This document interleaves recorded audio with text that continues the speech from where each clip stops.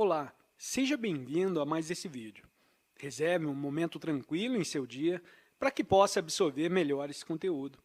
Aqui faremos leituras e comentários de textos dos mais diversos filósofos, pensadores e gurus que já passaram a sua mensagem.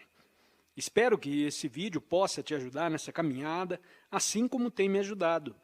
E não se esqueça de deixar seu comentário ou reflexão e, claro, compartilhar o conteúdo com quem precisar.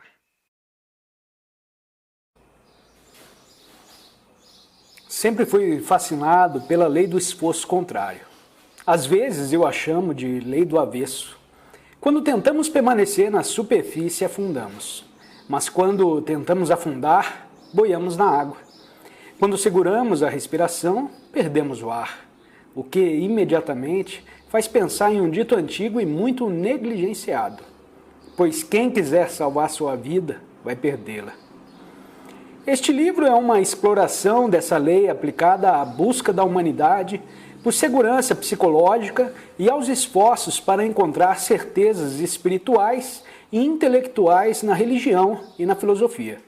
Foi escrito com a convicção de que nenhum tema poderia ser mais apropriado em um momento em que a vida humana parece tão estranhamente insegura e incerta. Afirma que tal insegurança é o resultado de tentar ficar seguro e que, por outro lado, a salvação e a sanidade consistem no reconhecimento mais extremo de que não temos como salvar a nós mesmos. Começa a aparecer alguma coisa saída de Alice através do espelho, para o qual este livro é uma espécie de equivalente filosófico, pois o leitor vai se ver com frequência em um mundo de cabeça para baixo, no qual a ordem normal das coisas parece completamente invertida e o bom senso do avesso. Quem leu alguns dos meus livros anteriores vai encontrar coisas que parecem contradizer completamente o que eu disse antes. No entanto, isso só é verdade em pontos de menor importância, pois descobri que a essência e o ponto crucial do que eu estava tentando dizer naqueles livros quase não eram entendidos. A estrutura e o contexto do pensamento muitas vezes escondiam o significado. Minha intenção é abordar o mesmo significado partindo de premissas completamente diferentes, e em termos que não confundam o pensamento com a pleiade de associações irrelevantes que o tempo e a tradição perduraram nele. Naqueles livros eu estava concentrado em reivindicar alguns princípios da religião, filosofia e metafísica através de uma reinterpretação dos mesmos. Só que foi como colocar pernas numa cobra, desnecessário e confuso, porque só verdades duvidosas precisam de defesa.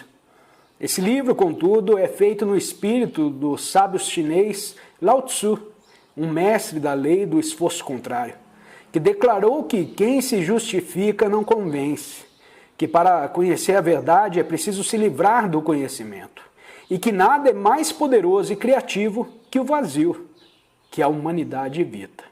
Aqui, portanto, minha meta é mostrar, do avesso, que as realidades essenciais da religião e da metafísica são justificadas ao serem dispensadas e são manifestadas ao serem destruídas. É uma obrigação agradável reconhecer que a preparação desse livro foi possível por causa da generosidade da fundação estabelecida pelo falecido Franklin J. Matchett, de Nova York, um homem que dedicou grande parte da vida aos problemas da ciência e da metafísica. Um daqueles raros empresários que não foram totalmente absorvidos pelo ciclo vicioso de ganhar dinheiro para ganhar dinheiro para ganhar dinheiro. O Matchett Foundation, portanto, se dedica aos estudos metafísicos e é desnecessário dizer, para mim, um sinal de discernimento e imaginação da parte dele ter demonstrado interesse em uma abordagem tão contrária ao conhecimento metafísico. Alan Watts, São Francisco, maio de 1951.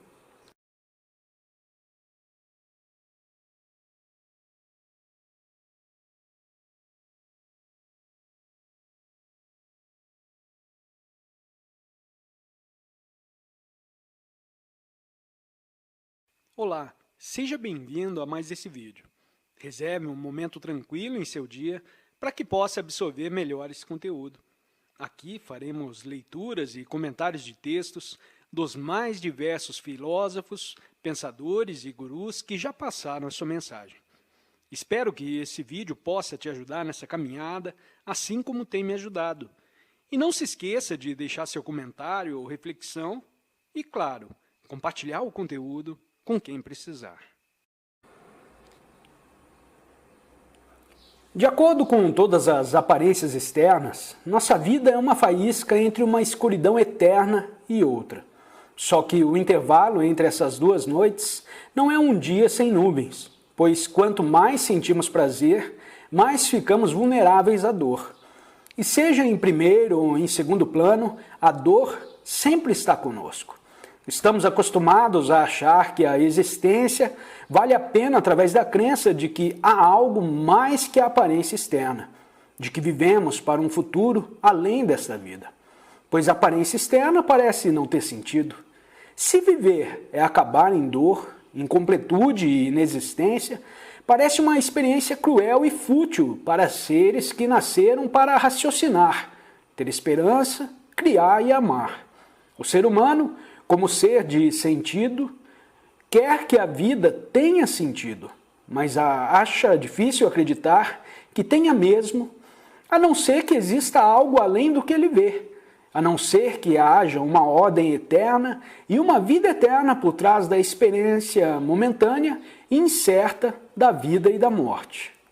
Pode ser que não me perdoem por apresentar um assunto sério como uma ideia frívola, mas o problema de fazer com que o caos aparente da experiência tenha sentido me lembra do meu desejo infantil de mandar um pacote com água pelo correio. O destinatário abre a caixa e solta um dilúvio no colo, mas a brincadeira nunca daria certo, pois é impossível embalar e amarrar uma poça d'água em um pacote de papel. Alguns tipos de papel não desintegram quando se molham, mas o problema é dar uma forma manejável à água e amarrar o laço sem estourar o embrulho. Quanto mais estudamos as soluções já testadas para problemas políticos e econômicos, artísticos, filosóficos e religiosos, mais temos a impressão de que gente extremamente talentosa está desperdiçando inteligência com a tarefa impossível e fútil de tentar colocar água da vida em pacotes bem arrumados e permanentes. Há muitas razões que fazem com que isso deva ser óbvio para alguém que vive hoje. Sabemos muito sobre história, sobre todas as tentativas de pacote que acabaram desmontando. Sabemos tantos detalhes sobre os problemas da vida que eles resistem a simplificações fáceis e parecem mais complexos e disformes do que nunca. Além do mais, a ciência e a indústria aumentaram tanto o ritmo e a violência da vida que nossos pacotes parecem desmontar todo dia cada vez mais rápido. Há então a sensação de que vivemos em uma era de insegurança fora do normal. Nos últimos 100 anos, muitas tradições sólidas caíram por terra. Tradições de família, da vida social, do governo, de ordem econômica e de crença religiosa. Conforme os anos passam, parece que contamos cada vez menos com pedras nas quais poderíamos nos segurar, que temos cada vez menos coisas que podemos tomar como absolutamente verdadeiras, certas e fixas para sempre. Para alguns, é uma liberação bem-vinda de restrições impostas por dogmas morais, sociais e espirituais. Para outros, é uma ruptura perigosa com a razão e com a sanidade, que tende a jogar a vida humana em um caos sem saída. Para muitos, talvez, o sentimento de libertação tenha dado uma alegria breve, seguida pela ansiedade mais profunda. Pois se tudo é relativo, se a vida é uma torrente sem forma nem meta, em cujo fluxo absolutamente nada, a não ser a própria mudança, pode permanecer, ela parece ser algo sem futuro, logo sem esperança. Seres humanos ficam felizes desde que tenham um futuro pelo qual esperar, seja diversão amanhã ou vida eterna além túmulo. Por várias razões, cada vez mais pessoas acham difícil acreditar na última. Por outro lado, a primeira tem a desvantagem de que, quando a diversão acontece, é difícil aproveitar sem a promessa de que há mais por vir. Se a felicidade sempre depende de uma expectativa futura, estamos correndo atrás de um fogo fato, que nunca vamos alcançar até o futuro, e nós mesmos desaparecermos no abismo da morte. De fato, nossa era não é mais insegura que qualquer outra. Pobreza, doença, guerra, mudança e morte não são novidade. No melhor dos tempos, a segurança nunca foi mais que temporária e aparente. Mas foi possível fazer com que a insegurança da vida humana fosse suportável através da crença em coisas imutáveis para além do alcance da calamidade, em Deus, na imortalidade da alma e pelas leis eternas do que é direito. Hoje essas convicções são raras, até mesmo nos círculos religiosos. Não há nenhuma camada da sociedade, e deve haver até poucos indivíduos, tocados pela educação moderna em quem não haja algum vestígio do fermento da dúvida. É simplesmente óbvio que durante o século passado, a autoridade da ciência tomou o lugar da autoridade da religião na imaginação popular e que o ceticismo, pelo menos a descrença em coisas espirituais, se tornou mais comum que a crença.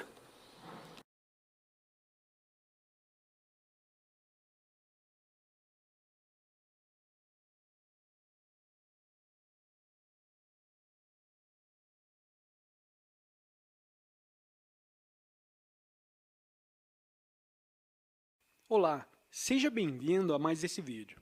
Reserve um momento tranquilo em seu dia para que possa absorver melhor esse conteúdo. Aqui faremos leituras e comentários de textos dos mais diversos filósofos, pensadores e gurus que já passaram a sua mensagem.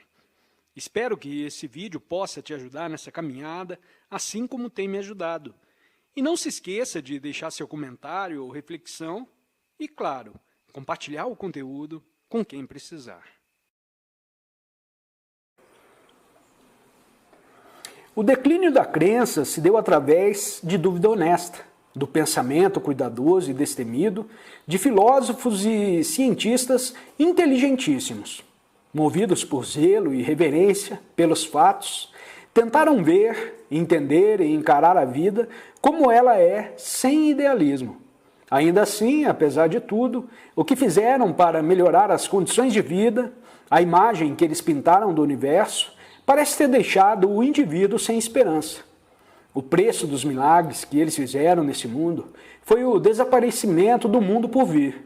E estamos inclinados a nos colocar a velha pergunta: de que adianta alguém ganhar o mundo e perder a alma? A lógica, a inteligência e a racionalidade estão satisfeitas. Mas o coração ficou faminto, pois o coração aprendeu a sentir que vivemos para o futuro. A ciência pode, devagar e de forma incerta, nos dar um futuro melhor, por alguns anos. Depois, para cada um de nós, será o fim de tudo. Não importa quanto demore, tudo que foi composto vai entrar em decomposição. Apesar de algumas opiniões contrárias, essa ainda é a visão geral da ciência. Em círculos literários e religiosos, é comum pensar que o conflito entre ciência e religião é coisa do passado.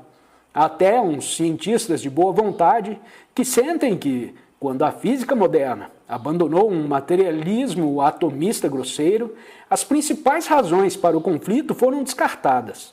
Mas isso não é bem assim. Na maioria dos grandes centros de ensino, quem vive de estudar as implicações detalhadas da ciência e dos métodos científicos está mais longe do que nunca do que se entende como ponto de vista religioso. A física nuclear e a relatividade acabaram como o velho materialismo, é verdade, mas nos deram uma visão do universo na qual há ainda menos espaço para ideias sobre propósito e projeto absolutos.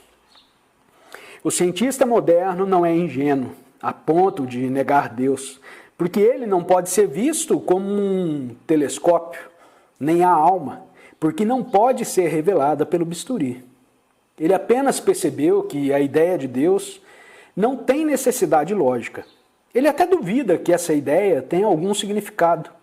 Não ajuda a explicar nada que ele não possa explicar de um jeito diferente e mais simples. Argumenta que se tudo o que acontece supostamente está sob providência e controles divinos, isso, na verdade, equivale a não dizer nada. Dizer que tudo é governado e criado por Deus é como dizer, tudo está para cima, o que não quer dizer nada. Essa noção não nos ajuda a fazer proposições verificáveis. Portanto, a partir da perspectiva científica, não tem o menor valor. Os cientistas podem estar certos nesse ponto, podem estar errados. Discutir essa questão não é nosso propósito. Só precisamos perceber que tal ceticismo tem enorme influência e estabelece o clima dominante da nossa era. O que a ciência diz, em suma, é: nós não podemos, de jeito nenhum, saber se Deus existe. Nada que sabemos sugere que sim, e todos os argumentos que alegam provar a existência dele são desprovidos de significado lógico. De fato, não há nada que prove que Deus não existe, mas o fardo da prova continua sobre quem propõe a ideia. Quem acredita em Deus, os cientistas diriam, se baseia em um terreno puramente emocional, sem respaldo na lógica ou nos fatos. Falando em termos práticos, essa visão da ciência equivaleria a uma espécie de ateísmo. Em teoria, equivale a um mero agnosticismo, pois faz parte da essência da honestidade científica não afirmar saber o que não se sabe. E faz parte da essência do método científico não propor hipóteses que não possam ser testadas. Os resultados imediatos dessa honestidade são profundamente inquietantes e deprimentes, pois a humanidade parece incapaz de viver sem uma forma de mito, sem acreditar que a rotina e a labuta, a dor e o medo desta vida tenham algum significado no futuro. Novos mitos são criados imediatamente, mitos políticos e econômicos, com promessas extravagantes do melhor do futuro neste mundo. Esses mitos dão ao indivíduo uma certa noção de significado ao fazer dele parte de um vasto esforço coletivo, no qual ele deixa de sentir um pouco do próprio vazio e da própria solidão. Ainda assim, a própria violência dessas religiões políticas denuncia a ansiedade por baixo delas, pois não passam de gente se juntando aos berros para se encorajar no escuro. Uma vez que se suspeita que uma religião seja um mito, seu poder acaba. Pode ser necessário para a humanidade ter um mito, mas não é possível se receitar um conscientemente, como se fosse um comprimido para dor de cabeça. Um mito só pode funcionar quando é tomado como verdade e o ser humano não pode se fazer de bobo de forma consciente e intencional por muito tempo.